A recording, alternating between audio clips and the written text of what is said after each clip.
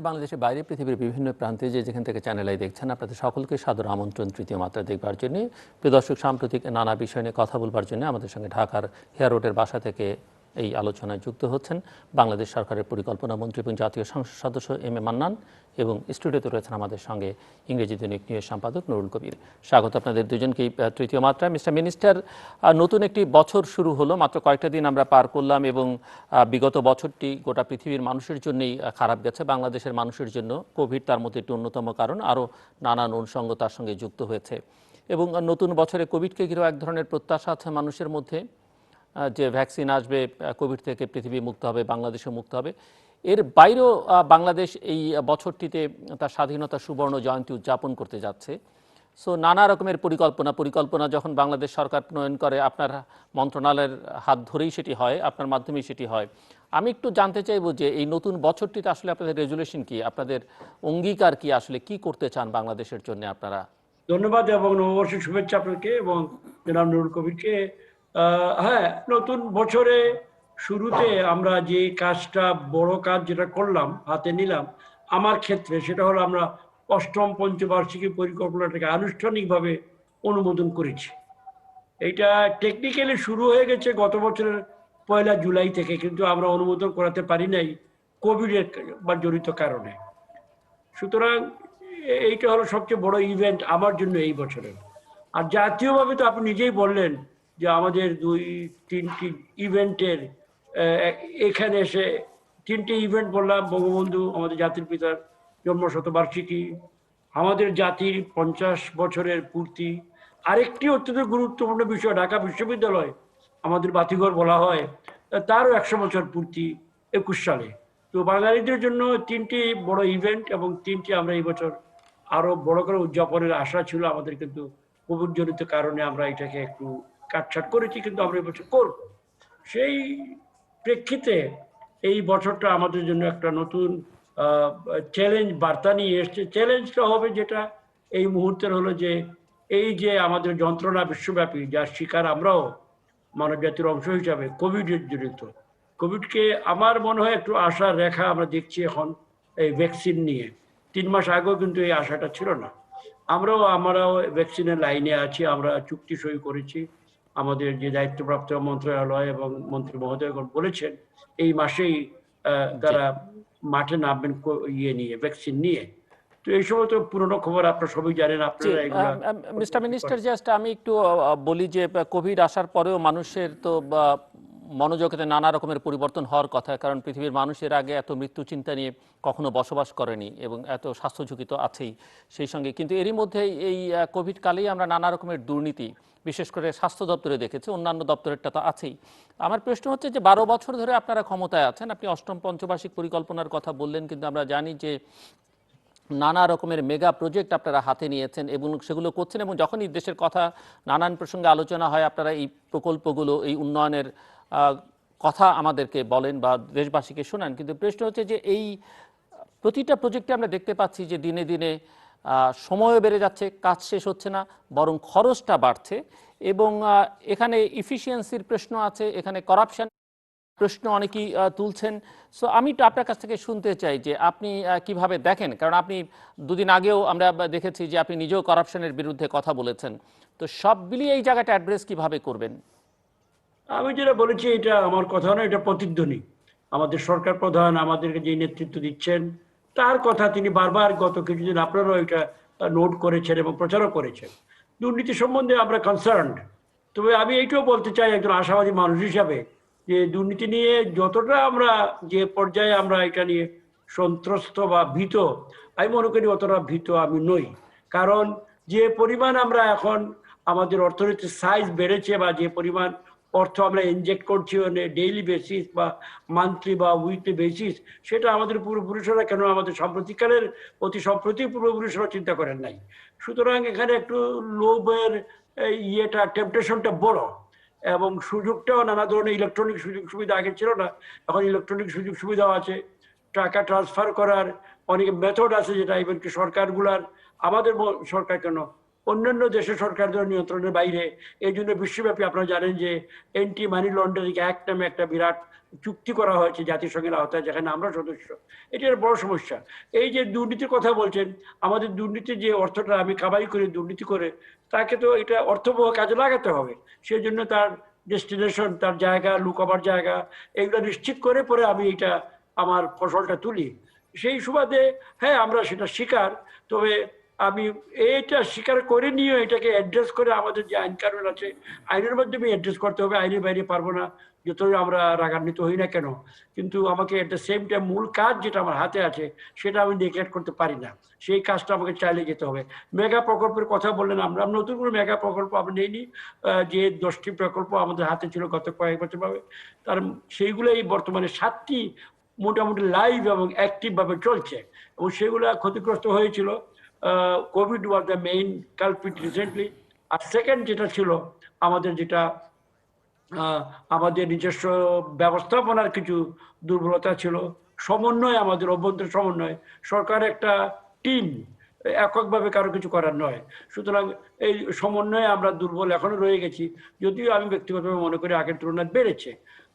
এই সকল মিলিয়ে সার্বিকভাবে আমি নেট যোগ বিয়োগ করে ইতিবাচক অবস্থানে আছি। কারণ আমাদের গত কয়েক বছরের প্রবৃদ্ধির মাপ, যেটা অনেকে একমত নন, বাট এটাই আমার কাছে এই মুহূর্তে একমাত্র মাপ, সেখানে আমরা আমাদের বেড়েছিল একটা না, এক্সেপ্ট এই বছর যেটা কোভিড আক্রান্ত বছর, আমাদের প্রবৃদ্ধি প্রায় অর্ধেক কমে এসছে, অর্ধেকের 1/3 কমে গেছে হিসাব করে, সর্বশেষ হিসাব অনুযায়ী।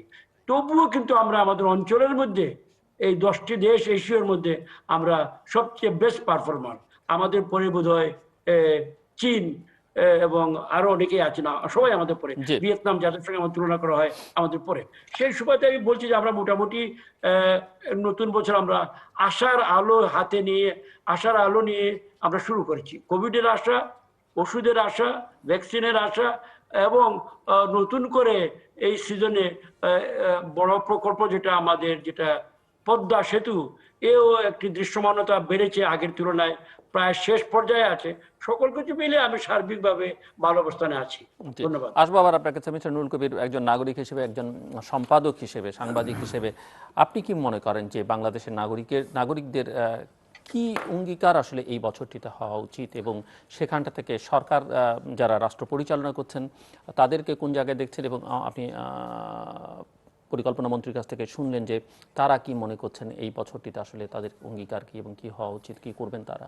দেখুন, ঐতিহাসিকভাবে বাংলাদেশ যতগুলি মার্ক আছে, তার মধ্যে তো সবচেয়ে বড় যে একটা অ্যাসেসমেন্ট করবার সময় এসছে, ঘুরে দাঁড়িয়ে দেখবার যে একটা সশস্ত্র যুদ্ধের মধ্য দিয়ে কতগুলি অঙ্গীকারকে সামনে নিয়ে যে দেশ স্বাধীন হয়েছে, ঠিক তার 50 বছরে এসে আমরা পৌঁছেছি 2021 সালে।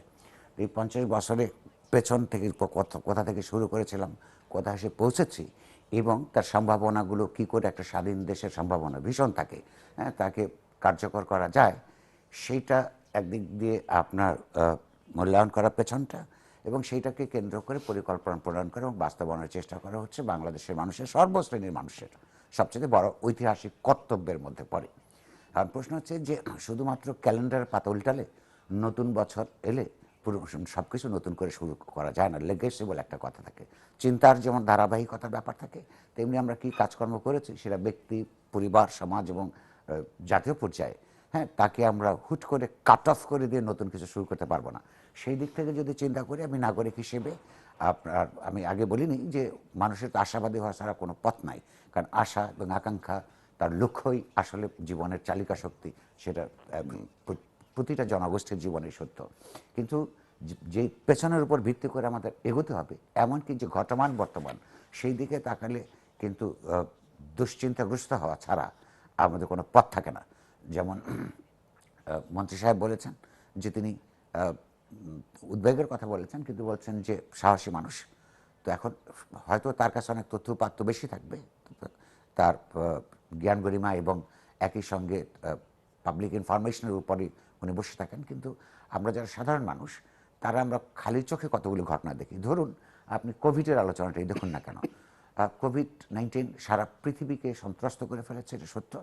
এবং তার সঙ্গে আমাদের নিজেদের যে যে আপনার যে অবস্থা, সেটা এটা সত্য যে ওষুধ আসবে, এটা নিয়ে আমরা এখন আগের থেকে কম দুশ্চিন্তাগ্রস্ত থাকতে পারি।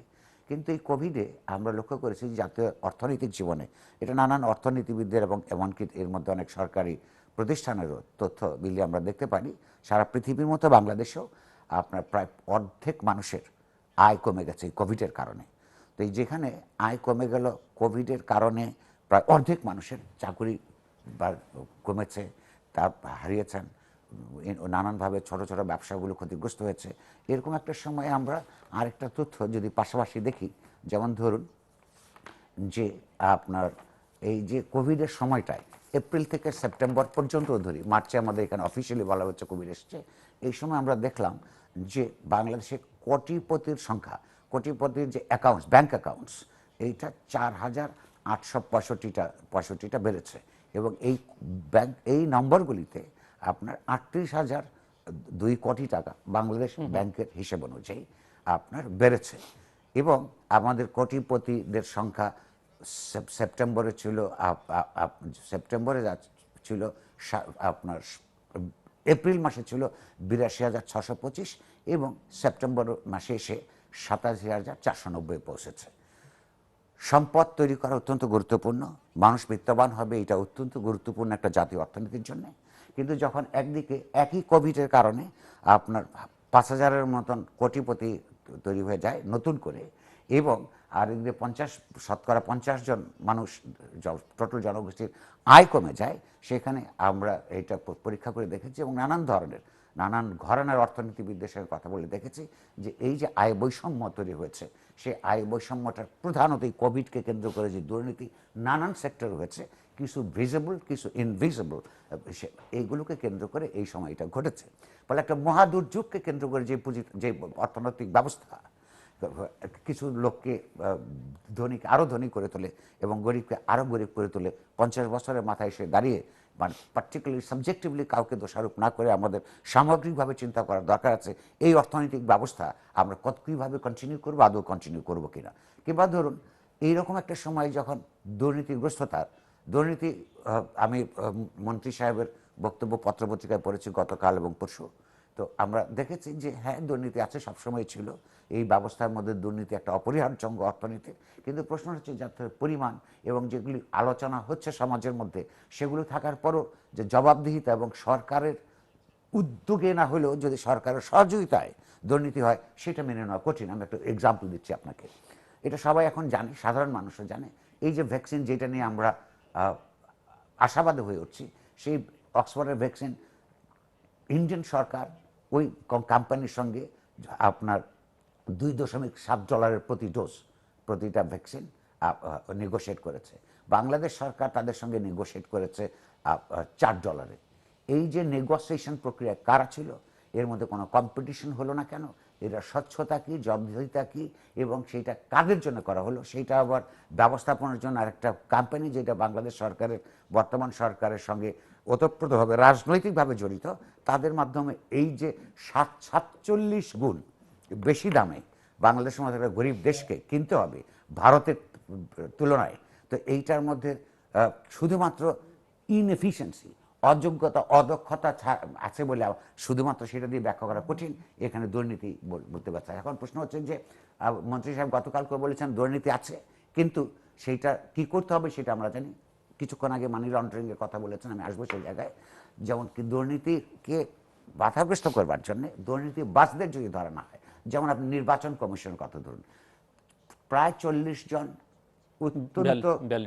জন অত্যন্ত সম্মানী ব্যক্তি এই সমাজের, নানান রাজনৈতিক চিন্তা ভাবনার লোক, তারা অত্যন্ত আইনগত পন্থায় বর্তমান সরকারের নির্বাচিত প্রেসিডেন্টের কাছে আইনগতভাবে একটা আবেদন করেছেন।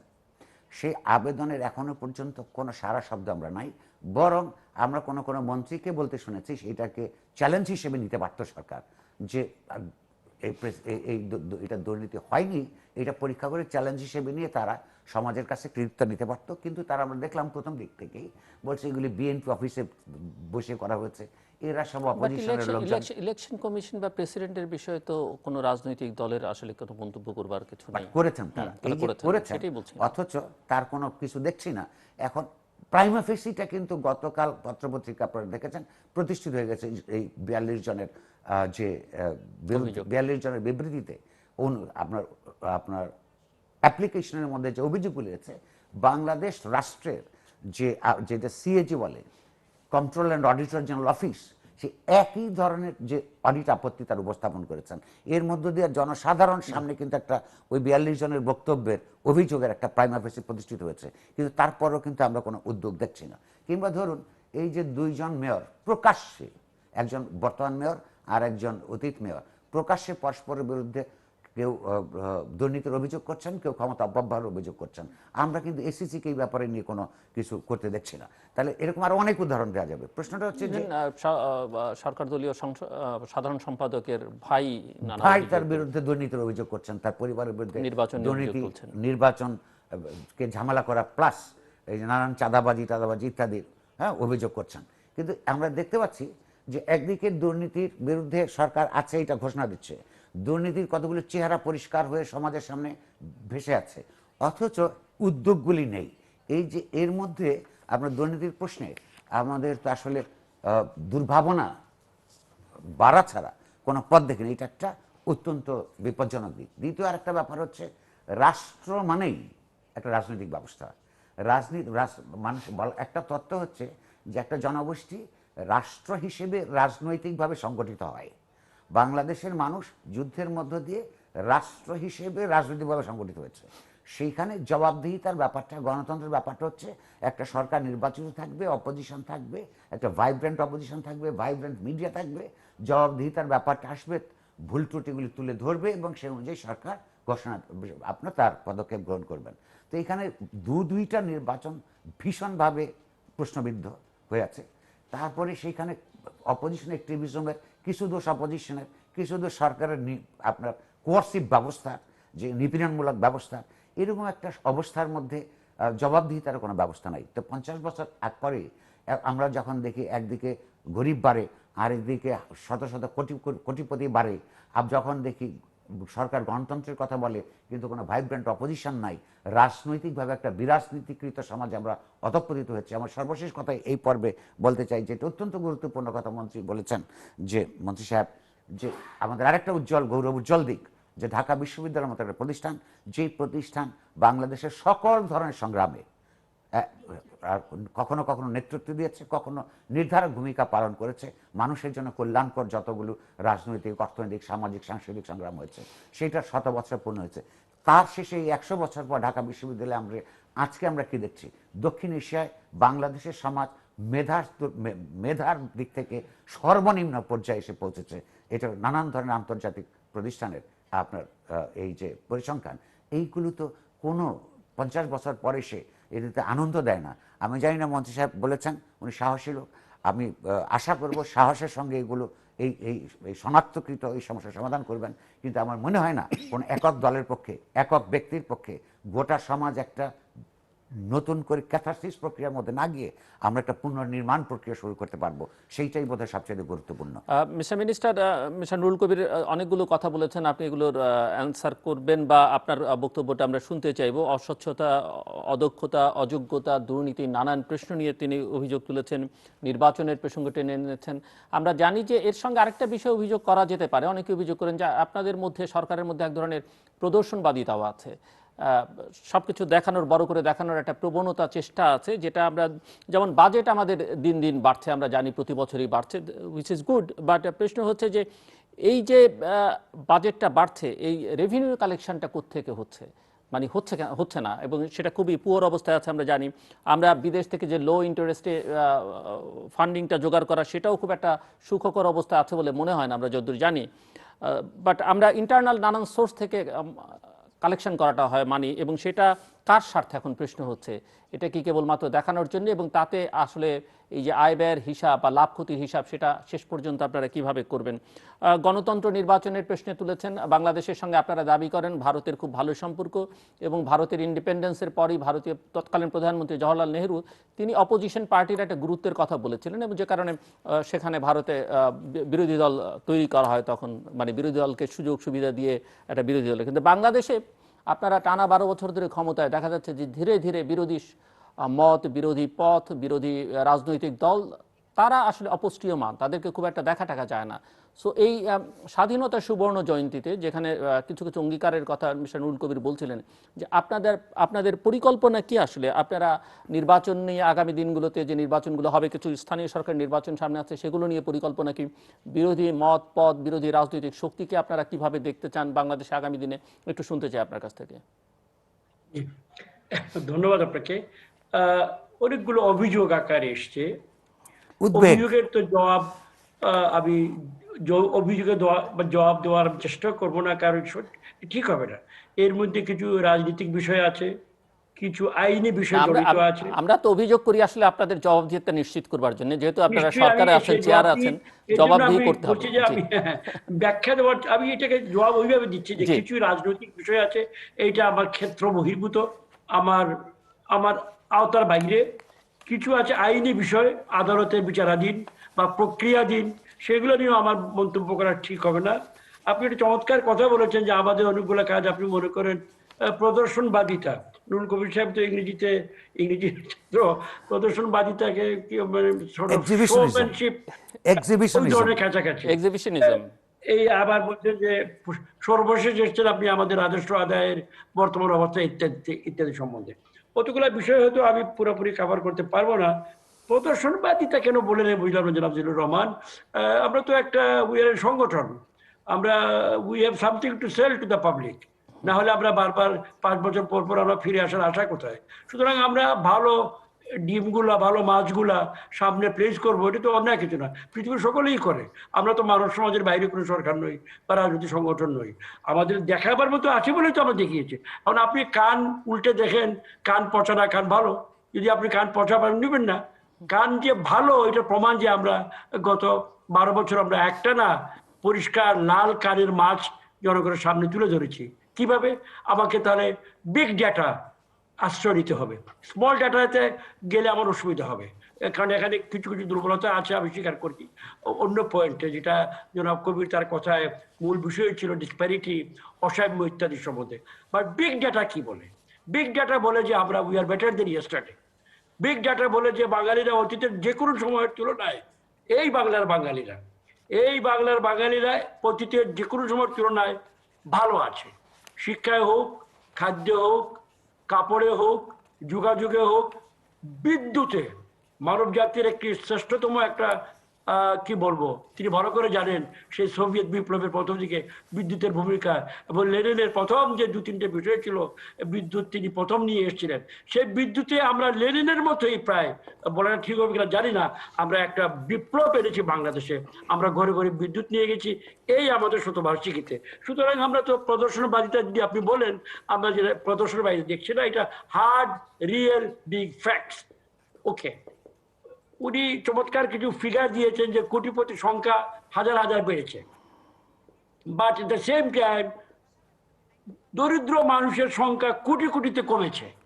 যেখানে আমাদের শুরুর দিকে ছিল 40% প্রায়, আমাদের কোভিড আসার মুহূর্তে আমরা 20%, গত 12 বছরে এটাকে একটা নামিয়ে আনা হয়েছে।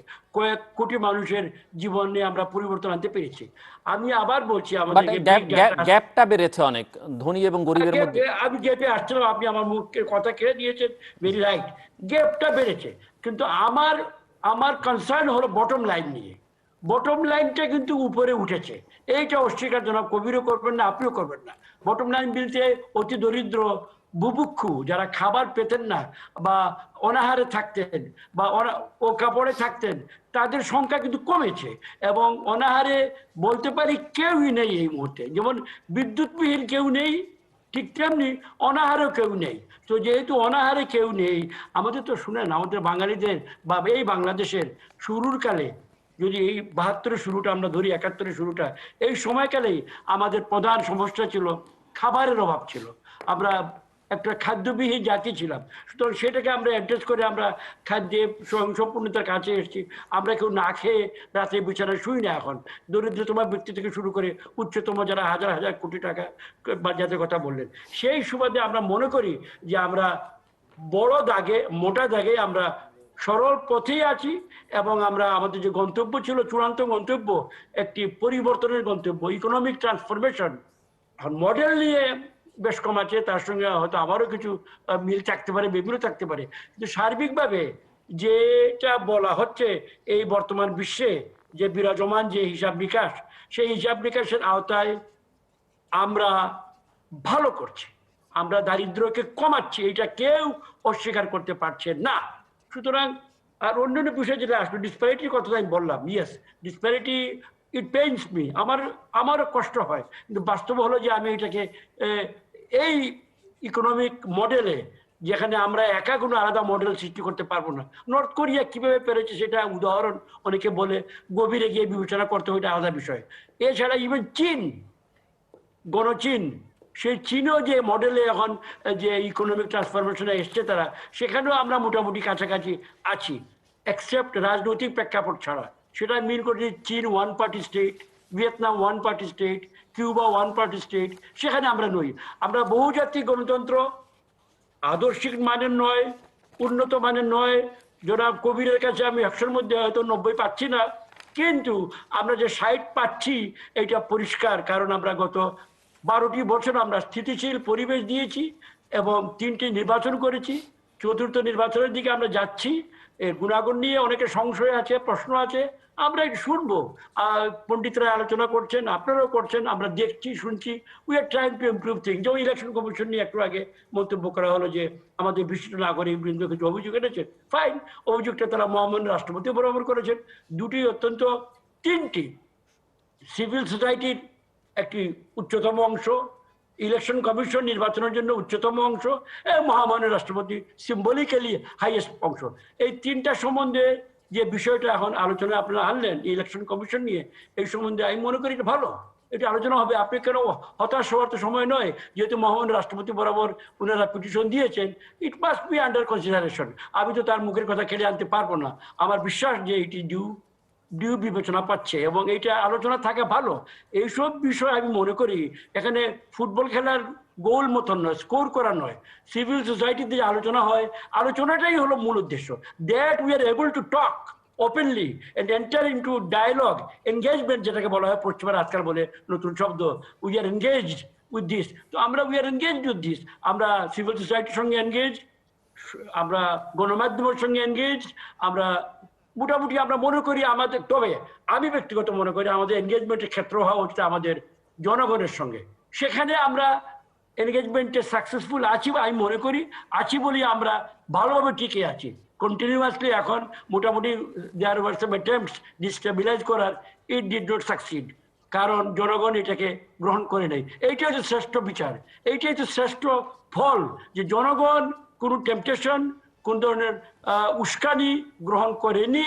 আগের দিনে যাওয়ার সেই অরাজকতার দিনে জনগণ একতাবদ্ধ, উন্নয়নের জন্য, স্থিতিশীলতার জন্য, পরিবর্তনের জন্য সেই হাওয়াটা, ভালো হাওয়াটা আমরা গ্রহণ করেছি। সুতরাং সেখানে এইটাকে আপনি যে প্রদর্শনবাদিতা বলেন, আমি আপনার সঙ্গে একমত নই, এটা হার্ড ফ্যাক্ট এবং এটা আমরা বারবার দেখাতে পারবো। সর্বশেষ কথা এই মুহূর্তে আমি আর বেশি বলতে চাই না, রাজস্ব। ইয়েস, রাজস্ব নিয়ে আপনার ভীতি আছে, আপনি শুনেছেন। আমাদেরও যে টার্গেটেড রাজস্ব আমরা আদায় করতে পারি নাই এই বছর, কেন কোভিড একটা মেইন কারণ, কিন্তু আগের বছরও পারিনি। একটা উন্নয়নশীল, একটি ডেভেলপিং কান্ট্রি, যেটা নিত্য পরিবর্তন টিনেজারের মতো, তার যে রিকোয়ারমেন্ট, এটা কখনোই কিন্তু সোসাইটি থেকে আসে না, অন্যান্য দেশেরও আসেনি। উই হ্যাভ টু বড়ো, we have to print, we have to go into other measures, যেটা আমাদের হাতে আছে। তো আমরা বড়োইংয়ের জন্য তো আমাদের অবস্থা খুব ভালো, আমাদের কোনো আজ পর্যন্ত কোনো মহাজন আমাদেরকে ফিরিয়ে দেয়নি, আমরা যা চেয়েছি তা পেয়েছি।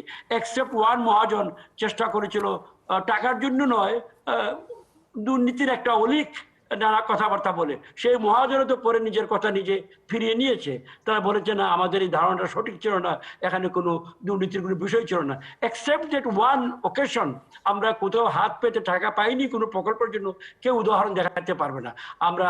সুতরাং আমরা আমাদের আশা পুরোপুরি আছে যে যদিও domestic financing will be short, আমরা এটাকে শুধু নট অনলি মেক আপ, আমাদের হাতে আরো এক্সেস অর্থ থাকবে যদি আমরা ভালো প্রকল্প নিয়ে বেরোতে পারি এবং বুঝিয়ে আমরা আনতে পারি। সেই ধরনের অর্থ এখন প্রচুর পৃথিবীতে আছে এই মুহূর্তে, বিশেষ করে পশ্চিমা মহাজনদের কাছে অঢেল অর্থ আছে, তাদের তো খরচ করার জায়গা নেই, এই সুযোগটা আমরা নিতে পারি বোধ হয়। জি, মিস্টার নুরুল কবির, অনেকগুলো প্রসঙ্গ আপনি জবাব দেবেন, কিন্তু আমি আরেকটা প্রসঙ্গ যুক্ত করতে চাই যে এই যে স্বাধীনতার সুবর্ণ জয়ন্তীর আলোচনা করছি, গণতন্ত্র নির্বাচনের আলোচনা করছি, আমাদের এখানে বিরোধী দল যে নেই বা ধীরে ধীরে ক্ষয়িষ্ণু, এর দায় কি শুধুমাত্র সরকারি দলের উপরে বর্তায় কিনা?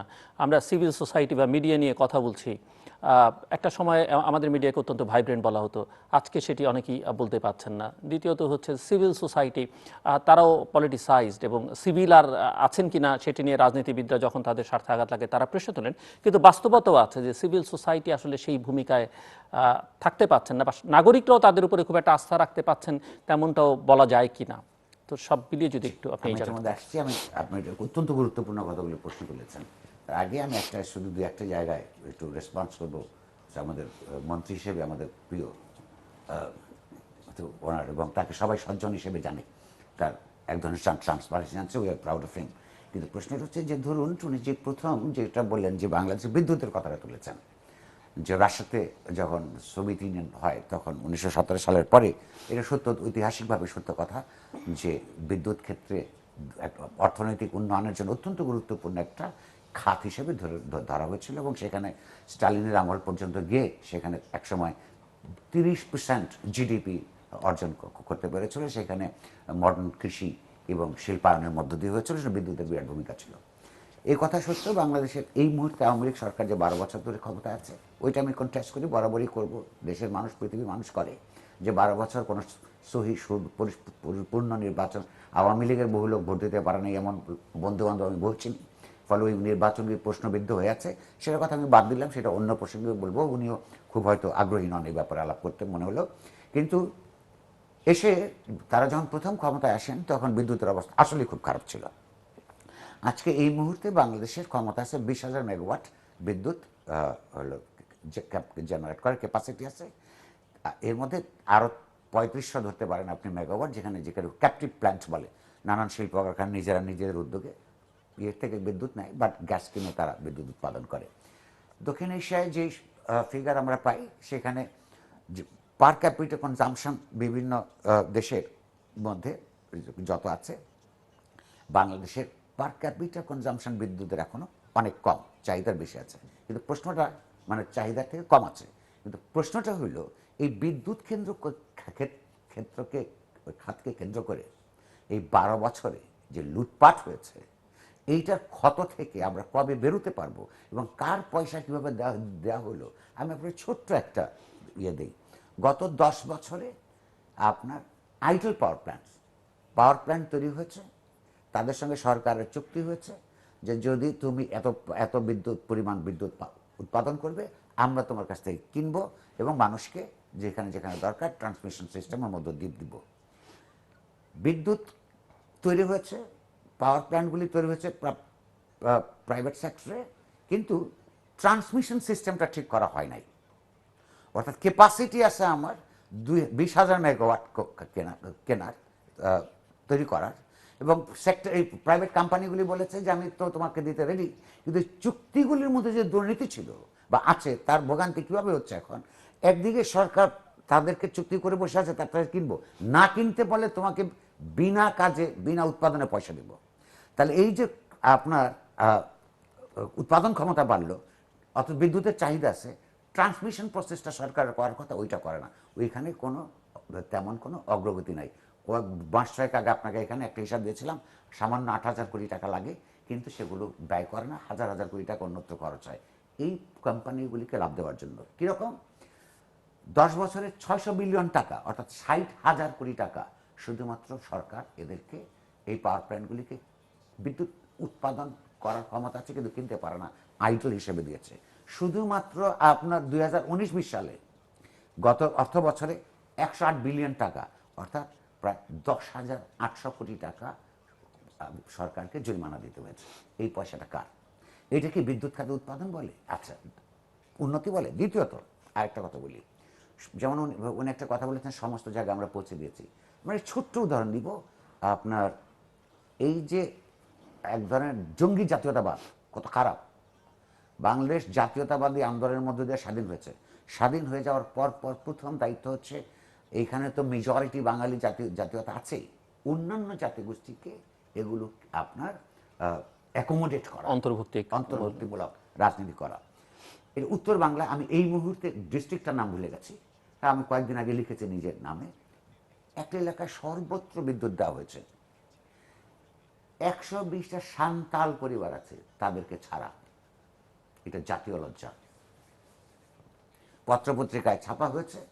আমি এই মুহূর্তে এলাকাটা না বলে উত্তর বাংলায় ডিস্ট্রিক্টটা আমরা খবর ছাপিয়েছি, এডিটোরিয়াল লিখেছি, আপনার সরকারকে অনুরোধ করেছি যে এটা অত্যন্ত অন্যায়, এটা শুধু 110টা পরিবার নয়, এটা একটা জাতীয় দৃষ্টিভঙ্গির বিষয়।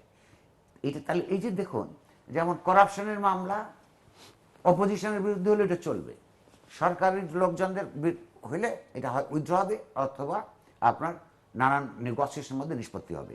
সামান্য বিদ্যুৎ, এখানে কোনো বিরাট কোনো পলিটিক্সের ব্যাপার নাই, হ্যাঁ, বা ওইখানে ওইটা সমস্ত সান্তালরা আওয়ামী লীগ বিরোধী, এইটা মনে করার কারণ নাই। এটা হচ্ছে জাতীয়তাবাদ, অর্থাৎ বাঙালি এবং অবাঙালি জনগোষ্ঠীর মধ্যে সরকারি যে দৃষ্টিভঙ্গি, এইটা নিয়ে কি আমরা 50 বছর পরে এগুলি যদি জিয়ে রাখি, এগুলির সুবিধা আমাদের শত্রুরা নেবে, আপনার, আমার, আপনার, সবার। এই যে দৃষ্টিভঙ্গি, তাহলে বিদ্যুৎ খাতেও আমরা তেমন কোনো ওই অর্থ উন্নতি করতে পারি নাই, মাঝখান দিয়ে এটা একটা বোঝা হয়ে দাঁড়িয়েছে। আর আইনের কথা বলেছেন উনি, এন্ট্রি মানি লন্ডারিং শক্ত আইন আছে, করা হয়েছে, বাট এই আইনটা করার পর আমরা যদি পিছনে তাকাই, এই আইনের মধ্য দিয়ে আমরা কি একটি পয়সাও লন্ডার্ড হয়েছে ফেরত আনতে পেরেছে এখনো? আমার জানা নাই, হয়তো হ্যাঁ মন্ত্রী বলতে পারবেন, হ্যাঁ বেটার পজিশনে আছেন বলবার। তাহলে প্রশ্ন হচ্ছে যে শুধু আইন থাকলে না, আইনের এনফোর্সমেন্টের ব্যাপার থাকে, এনফোর্সমেন্টগুলি আটকে থাকে এইটার সঙ্গে আপনার প্রশাসনিক, রাজনৈতিক এবং আর্থিক দুর্নীতিগ্রস্ততা এটার সঙ্গে জড়িত থাকে। তো সেগুলোর জবাবদিহিতা নিশ্চিত করতে না পারলে আমরা, আপনি বলেছেন প্রদর্শনবাদ, বা মন্ত্রী সাহেব অন্যভাবে এটা বলবেন যে আমরা ভালো কাজ করেছি, সেটা দেখাবই, কিন্তু প্রশ্ন হচ্ছে রেটরিক দিয়ে, রোল মডেল, রেটরিক দিয়ে, এটা নিশ্চয়ই বুঝতে পারছেন, বাংলায় বলে অলঙ্কার, মানে আলঙ্করিক কথাবার্তা দিয়ে আমরা কিছুদিন চলতে পারবো, কিন্তু সবার চেয়ে পিছিয়ে পড়বো। এইটা একটা জাতিগোষ্ঠীর উপর, আমি আবারও 71 সালে ফিরে যাই, সে তার উপর অন্যায় হবে, অবিচার হবে। আর এই অবিচার অন্যায়ের বিরুদ্ধে জাস্টিস টু দি হিস্ট্রি, এটা খুবই, জাস্টিস টু হিস্ট্রি খুব ইম্পর্টেন্ট, এইটার বিরুদ্ধে একটা পদক্ষেপ গ্রহণ করা খুব গুরুত্বপূর্ণ। সেইখানে আপনি যে 3টা প্রশ্ন তুলেছেন, 1-1.5 মিনিটের মধ্যে উত্তর দিব না। বাংলাদেশে অপোজিশনাল অ্যাক্টিভিজম যেই পরিমাণ থাকা দরকার নাই, এটার জন্য শুধু সরকার দায়ী নয়, এটা আমি মনে করি। কারণ যেই অপোজিশন পার্টি 12 বছর থেকে বাইরে আছে, আপনি যদি বিএনপি এবং তার অধিকাংশ মিত্রদের কথা বলেন, তাদের একটা বিরাট অংশের বিরুদ্ধে দুর্নীতির মামলা ছিল। সরকার সবসময়, সরকারি পার্টি তাদেরকে স্তব্ধ রাখবার জন্য ওইগুলিকে এক্সপ্লয়েট করে, এই এক্সপ্লয়েট করার সুযোগ তারা দিয়েছে অপোজিশন। দ্বিতীয়ত হচ্ছে, ফলে তারা মানুষের কথা নিয়ে রাস্তায় নামতে পারে না। দ্বিতীয়ত হচ্ছে তাদের নেতৃত্বের সংকট ভয়াবহ। এই যে নেতৃত্বের সংকটটা ভয়াবহ হচ্ছে তাদের অন্তর্গত অগণতান্ত্রিকতার কারণে। এখনো পর্যন্ত নানান জায়গায়, বিভিন্ন জায়গায়, দেশে বিদেশে নানান জায়গায় বসে একটা পলিটিক্যাল পার্টি নানান জায়গায় কমিটি তৈরি করে ঘোষণা দেয়, অ্যাপয়েন্টমেন্ট দেয়। এটা যেমন সরকারি অ্যাপয়েন্টমেন্ট হয়, বা আপনি প্রাইভেট ফার্মের মধ্যে যেমন অ্যাপয়েন্টমেন্ট হয়, এর এই পদে দিলাম, ওর ওই পদে দিলাম, এইভাবে অ্যাপয়েন্টমেন্ট করা পার্টি, অর্থাৎ গ্রাসরুট লেভেল থেকে যোগ্য নেতৃত্বকে নির্বাচনের মাধ্যমে উঠে শেষ পর্যন্ত যে নির্বাচনের ব্যবস্থা, সেইটা যদি না থাকে, যে কোনো সংগঠন দুর্বল হতে থাকে অন্তর্গতভাবে। এই প্রবণতা আওয়ামী লীগের মধ্যে আছে, যদি কখনো অপোজিশনে যায় টের পাবে তাতে কি অবস্থা হয়, যে কমিটি ব্যবসা।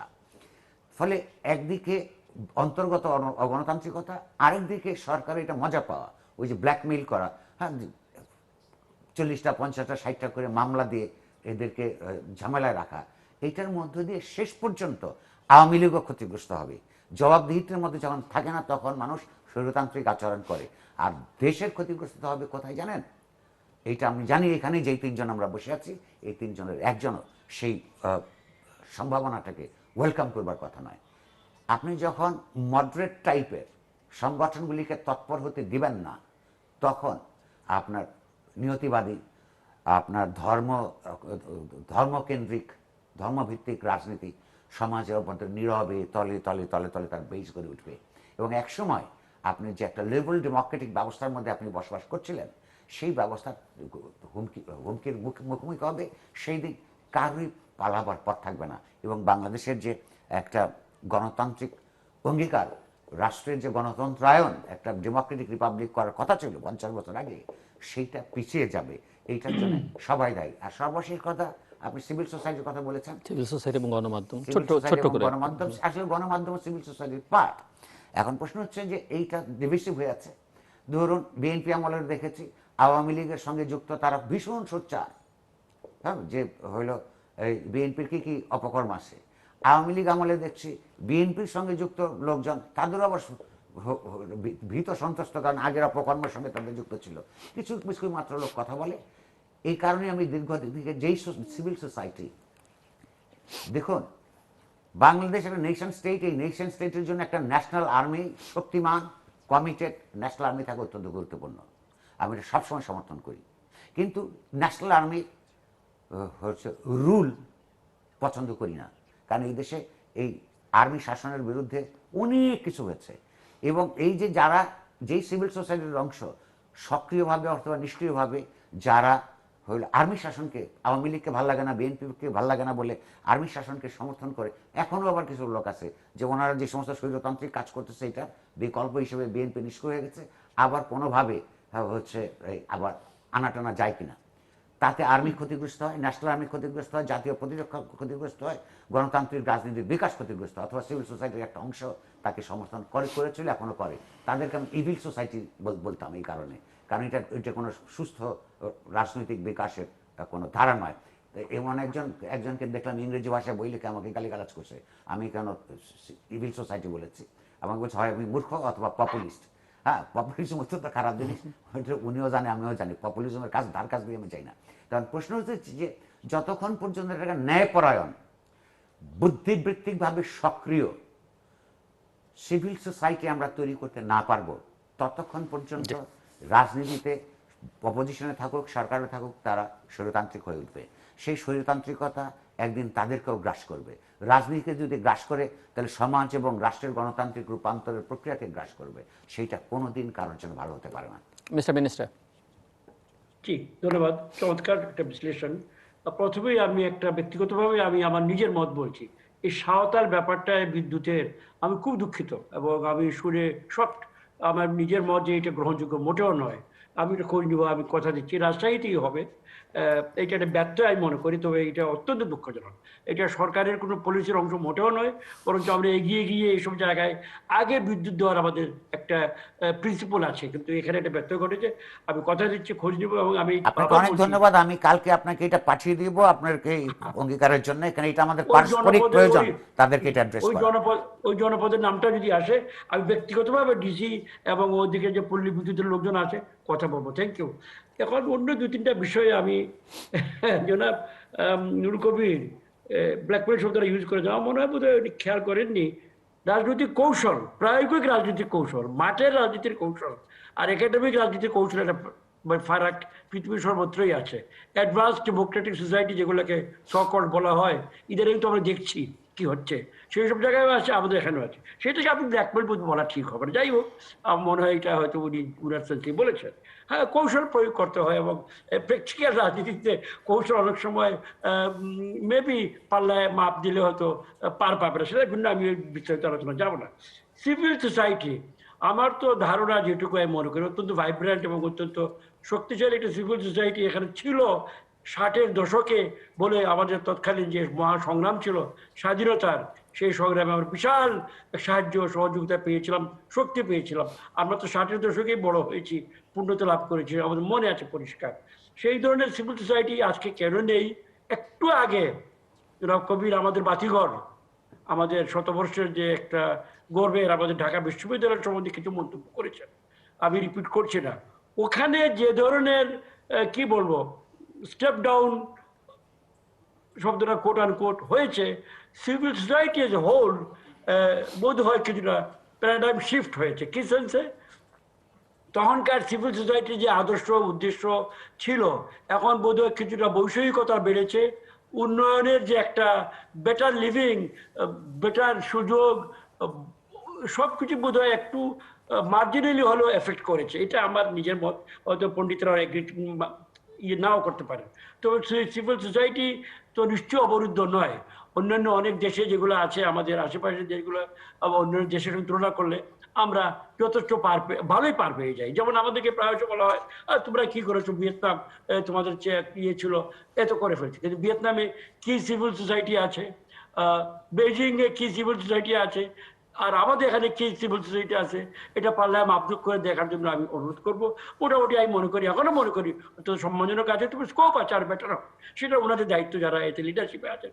আমি তাদেরকে এটা বলার কোনো আমার সেই ইয়েও নেই, বিদ্যা বুদ্ধিও নেই।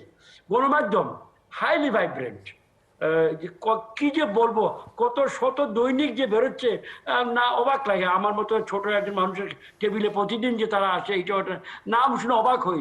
কদিন পরে নতুন পেপার বের করার নামই কোথায় পাবে, এইটা নিয়ে মাঝে মাঝে আমি চিন্তা করি। এছাড়া অনলাইনে যে কি ফ্রিডম মানুষের ভোগ করছে এই দেশের, কত ধরনের, সেইটা তো একটা প্রকাশ।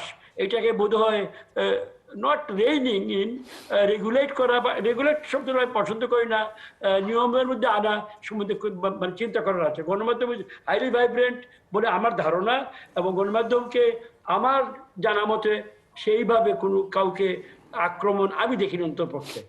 এনফোর্সমেন্টে আমাদের উইকনেস, হ্যাঁ উনি বলেছেন, ইয়েস, আমাদের অনেকগুলো ভালো আইন আছে, কিন্তু আমরা প্রয়োগে আমরা দুর্বলতা আছে। শুধু এই ক্ষেত্রে নয়, জীবনের অন্যান্য ক্ষেত্রেও। এমনকি সাধারণ ক্রিমিনাল অ্যাক্ট যেগুলো আমাদের অফিস আদালতে এনফোর্স করা হয়, সেখানে যে আমাদের যে প্রক্রিয়াটা, বিচারের প্রক্রিয়া, আমি আদালত সম্বন্ধে মন্তব্য করছি না, সেটা ভিন্ন ব্যাপার। কিন্তু আদালতে যাওয়ার যে পথ, আদালত থেকে বেরিয়ে আসার যে পথ, দুটাই মসৃণ নয়। এখানে অনেক সমস্যা আছে বিল্ড ওভার দ্য ইয়ার্স। এখানে আমাদের সংস্কারের প্রয়োজন আছে, যাতে করে যেমন একটা উদাহরণ দিচ্ছি, এই মাত্র 4-5 দিন আগে বোধহয় পিপুলস মানে চায়নার অত্যন্ত সিনিয়র একজন ব্যক্তি, বোধহয় কেন্দ্রীয় কমিটির কাছাকাছি, তাকে তারা বোধহয় যাবজ্জীবন একটা বোধহয় ইয়ে দিয়েছে, একটা সাজা দিয়েছে এর জন্য। এর আগে আরেকজনকে গুলি করে কয়েক বছর আগে তারা they killed him in the open firing স্কোয়াডে। এইরকম এক্সাম্পল আমরা ক্রিয়েট করতে পারিনি। সেটা ভালো দিক আছে, মন্দ দিক দুটোই আছে। যদি আপনি দেখতে চান, ভালো দিক হলো যে আমরা এই ধরনের এক্সট্রিমিস্ট অ্যাক্টে আমরা যাচ্ছি না। We are A tolerant society, এবং টলারেন্ট সোসাইটি হতে গিয়ে কিছু কিছু অ্যাডজাস্টমেন্ট এখানে ওখানে কম্প্রোমাইজ করতে হয়, সেটা একদিক। আর মন্দ দিক এটা হলো যে উদার বার্তা না দিলে যারা লাইকলি ওইরকম হওয়ার, তারা বার্তা পায় না। It is under watch by our, আমি যে সরকারে আছি, আমরা এটা ওয়াচে আছি, কারণ আমি দেখছি অনেকগুলো আইন আমরা ইতিমধ্যে সংস্কারের প্রক্রিয়ায় আছে। তবে এটা দীর্ঘসূত্রিতা আছে, আমি অস্বীকার করবো না। I also become impatient sometimes, যে কেন আমরা এটাকে দ্রুত করতে পারছি না। বাট আমি যখন জিজ্ঞেস করি, তখন আমি যে জবাব পাই অত্যন্ত যুক্তিসঙ্গত, যে বাবা এইটা করতে হবে, ওইটা করতে হবে, কমিটিতে যেতে হবে, সময় দিতে হবে, ইত্যাদি ইত্যাদি। যাকে ইট ইজ আন্ডার ডিসকাশন, এটু শুধু আপনাদেরকে বলতে পারি। আর যেটা আমি একটু পরে আসি আপনার কাছে, আমি একটু আপনাদেরকে দিচ্ছি দুর্নীতির একটা তথ্য। সর্বশেষ আমাদের আইন আছে। গতকাল মাত্র আমি আমার মন্ত্রণালয়ে এই যে ফিজিবিলিটি স্টাডি করা হয় না, বিশাল বিশাল প্রকল্প, বা হাফ হার্টেড করা হয়, সম্পূর্ণ করা হয় না, এই সম্বন্ধে আমরা একটা বিরাট ওয়ার্কশপ করেছি, এবং একটা নতুন একটা ফরম্যাট আমরা ডেভেলপ করেছি, যেটার মাধ্যমে এইটা হতে হবে। এইটা হলে আমরা মনে করি ওই যে আগামীতে ফসল তোলার সুযোগ রাখবো প্রকল্পে, এইটা কাটানোর জন্য আমরা একটা চেষ্টা করছি। এইটা হলো মোটামুটি আপনাদের কাছে আমার নিবেদন। ধন্যবাদ। আমি আসছি আপনার কাছে। আমরা একেবারে শেষ প্রান্তে, মিস্টার নুরুল কবির, জাস্ট 2 মিনিট সময় আপনার জন্য শেষ করতে। আমি এখানে 2-1 মিনিটের মধ্যে একটা কথা বলতে চাই, যে এটা মন্ত্রী সাহেব বলেছেন যে উন্নয়নের কারণে মানুষ ব্যক্তিকেন্দ্রিক হয়েছে। এটা উন্নয়নের কারণে হয় নাই, আসলে ব্যক্তিকেন্দ্রিক হয়েছে, কথা সত্য। কারণ হচ্ছে এখানে একটা উলঙ্গ অশ্লীল বাজার অর্থনীতির মধ্যে নাগরিককে আপনার ব্যক্তিকেন্দ্রিক করে তোলে। সেই ফলে এইটার কারণেই আপনি লক্ষ্য করুন, শুধু রাজনৈতিক না, আপনার আমার পেশা সাংবাদিকতা, শিক্ষকতা, হ্যাঁ, আপনার চিকিৎসা, প্রকৌশল, যত ধরনের পেশা একসময় মানুষের সম্মান করত, এটা আমাদের স্বীকার করা উচিত। সামাজিকভাবে ইন্টিগ্রিটি লস হয়েছে প্রচুর, সেইটা এই সমস্ত ব্যবস্থার মধ্যে যেমন হয়েছে, সেইটা পুনরুদ্ধার করবার একটা 50 বছর এসে প্রচেষ্টা। সকল পেশার যারা নেতৃস্থানীয় আছেন, তাদেরকে একটু চিন্তা করবার ব্যাপার আছে, কারণ আমাদেরকে মানুষ, যখন পুলিশকে মানুষ সম্মান করে না, ভয় পায়, সাংবাদিকদেরকেও মানুষ অধিকাংশ ক্ষেত্রে সম্মান করে না, ভয় পায়, কারণ তার একটা নুইসেন্স ভ্যালু আছে। রাজনীতিকদেরকে জাস্ট ব্যবসায়ী মনে করে, যে রাজনীতি হলো তার প্রধান ব্যবসা, পুঁজি ছাড়া ব্যবসা। ডাক্তারদেরকে লোকেরা কসাই বলে, হ্যাঁ, ইঞ্জিনিয়ারদেরকে চোর বলে, এটা বলে, আমাদেরকেও ব্ল্যাকমেইলার বলে। এটা সত্য। এই জায়গায় 50 বছরের মধ্যে আমরা এসে পৌঁছেছি। যদি আমরা সৎভাবে আমাদের এই অপরাধগুলি থেকে আমরা মুক্তি লাভ করার একটা প্রচেষ্টা নিতে পারি, তখন আপনার নানান কর্তৃপক্ষ, রাষ্ট্রীয় কর্তৃপক্ষকেও জবাবদিহিতার ক্ষেত্রে আমাদের নৈতিক জায়গাটা বাড়বে। এটা সবার মিলেই চেষ্টা করতে হবে। আর এইরকম করাপ্ট একটা ব্যবস্থা থাকলে রাজনীতিকদের খুব সুবিধা হয়। ফলে এই কেসে রাজনীতিকরা আমাদেরকে খুব সহযোগিতা করবে বলে আমার মনে হয় না। দ্বিতীয়ত হচ্ছে যে চায়না এবং ভিয়েতনামের কথা তুলেছেন, যে ওইখানে তো ওই অর্থে ভাইব্রেন্ট কোনো সিভিল সোসাইটি নাই। সেইটা আছে, বাট সেইটা থাকলে কি হতো না হতো এগুলি নিয়ে প্রচুর ডিবেটস আছে। শেষ প্রান্তে এসে আমরা দাঁড়িয়েছি, সেটা নিয়ে আমরা আরেকদিন এই ইস্যু নিয়ে কথা বলা যায়। কিন্তু একটা কথা হচ্ছে যে চায়না এবং ভিয়েতনাম এখন এমন এমন কলেজ বিশ্ববিদ্যালয় বানিয়েছে যে পশ্চিম থেকেও এসে এখন সেখানে লেখাপড়া করে। আচ্ছা, তাহলে ওই যে ওই সমস্ত কলেজ, বিশ্ববিদ্যালয়, স্কুল যেই ধরনের নাগরিক তৈরি করে, সেই ধরনের নাগরিক তৈরি তাদের মধ্যেই সিভিল সোসাইটি থাকে, তাদের মধ্যেই যখন কর্মকর্তা হয়, তাদের অন্য ধরনের একটা নৈতিক এবং আপনার বুদ্ধিবৃত্তিক মানদণ্ড তৈরি হয়। আমরা কিন্তু সেখানে ওই যে দক্ষিণ এশিয়া সবার পেছনে পড়ে আছি। এইটা শিক্ষা ক্ষেত্রটা আমাদের জন্য একটা অত্যন্ত বড় চ্যালেঞ্জ। এইটা কালেকটিভলি এবং সিরিয়াসলি নেওয়া দরকার আছে। এবং আপনার এটাকে বলে যে প্রায়োরিটি ভিত্তিতে যদি আমরা না নেই, তাহলে কিন্তু আমরা আমাদের ঐতিহাসিক অঙ্গীকার থেকে পিছিয়ে পড়ব। মিস্টার মিনিস্টার, খুব ছোট্ট করে জাস্ট 1-1.5 মিনিটে শেষ করতে হবে প্লিজ। ঐতিহাসিক অঙ্গীকার পিছিয়ে পড়বো না আশা করি জনাব করিম, জনাব কবির উইথ ডিউ অ্যাপোলজিজ। আমরা আমাদের মূল যাত্রায় আছি। হ্যাঁ, to you and to me also sometimes এখানে ওখানে আমরা উই আর কাটিং কর্নার, যত উই আর মেকিং কম্প্রোমাইজের।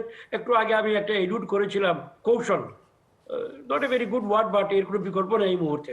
কৌশলগত কারণে it may not pass muster, কারণ এখানে অনেক ইয়ে আছে। সুতরাং এইটা আমাদের এগোতে হচ্ছে, because if I am sunk I am finished. এটা হলো if you nothing succeed like success, যে কথা। সুতরাং আমরাই তো শেষ আশা। আমরা মনে করি আমাদের বর্তমান নেতৃত্ব, আমাদের বর্তমান সরকার প্রধান এবং তার নেতৃত্বে আমরা যেটুকু আপনি যার এলুড করলেন, সামরিক শাসন টাসন এগুলো বললেন টললেন, যে পর্যায়ে গিয়েছিল ওখান থেকে উদ্ধারের যে বিশাল প্রক্রিয়া, আমরা কষ্ট হচ্ছে, আমরা painfully but we are making progress. এইটা মোটামুটি মোটা দাগে বলা যায়। আমি সকল, যেমন সাঁওতাল কেসটা আমি বারবার আমাকে পীড়া দিচ্ছে এই ধরনের ব্যত্যয়, অথবা যদি আমাদের যে হিল ট্র্যাক্সে ক্ষুদ্র নিগোষ্ঠী যারা আছেন তাদের কোনো বিষয়ে, এগুলা অবশ্যই আমরা অ্যাড্রেস করতে হবে। আমরা স্বীকার করি, কারণ আমরা স্বীকার করি, এটাকে ঢাকার চেষ্টা করছি না। আর আমি সর্বশেষ কথা বলতে চাই, 30 সেকেন্ড। ঢাকা বিশ্ববিদ্যালয় ব্রিটিশদের আন্ডারে এত চমৎকার করলো, আমাদের কাছে কেন করতে পারছে না, এই প্রশ্ন রেখে আমি শেষ করছি। আগামী একটা কথা বলতে চাই, কৌশল জীবনের মধ্যে দরকার পড়ে, কিন্তু জীবনটা যদি কৌশল হয়ে যায় তাহলে সেটা দুঃখ হয়ে যায়, দুঃখজনক হবে।